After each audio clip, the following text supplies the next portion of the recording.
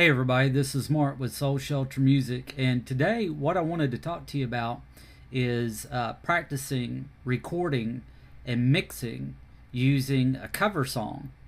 Last weekend, I stumbled onto a YouTube video where a guy was talking about writing a funk song in 10 minutes, and yeah, that kind of inspired me to write an original funk song. We kind of played around with that, but it also inspired me to go pull up some old funk music from the 80s, in particular Prince's Lady Cab Driver, and see how close I could get to the sound of that cover.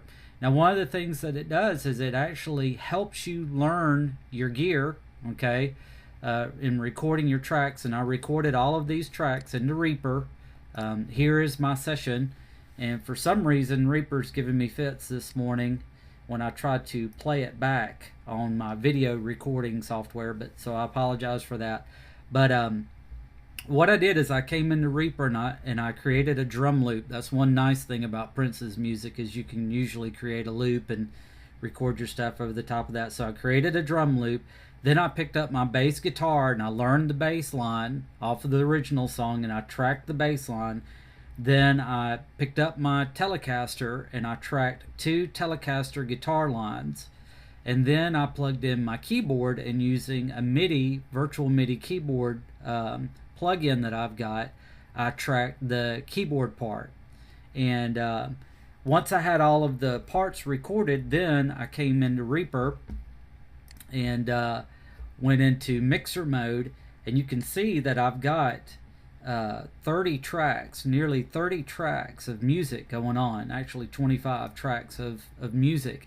And this, again, I don't know if I'd ever release this song or not, but what it does is it actually gives me practice with recording using my equipment, my guitars, keyboards, all that stuff, going through my recording interface, which I use a Focusrite 8i6, into Reaper.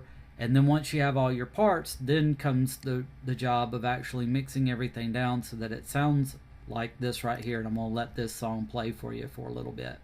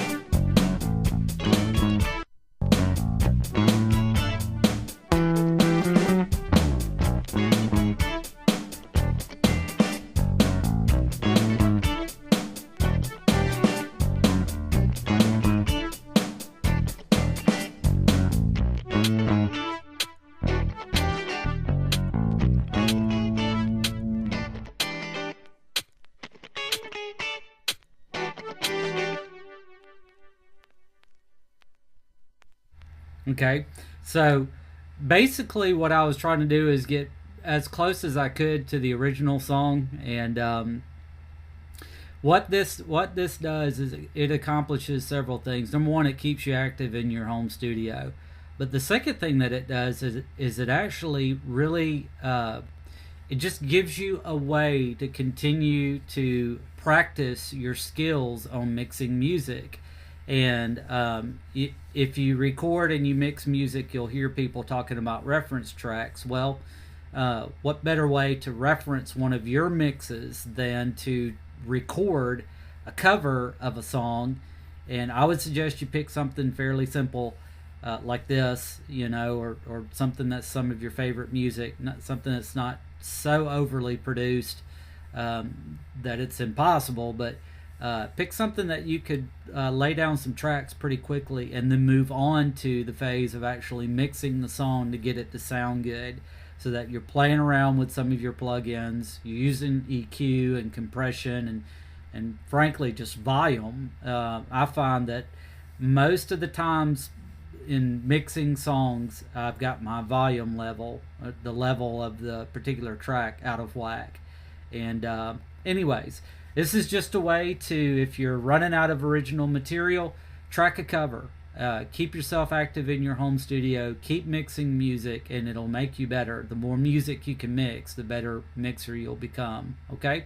So this is Mark with Soul Shelter Music. I hope this little video inspires you to track some stuff in your studio and play around with mixing as much as you can. All right? Take care.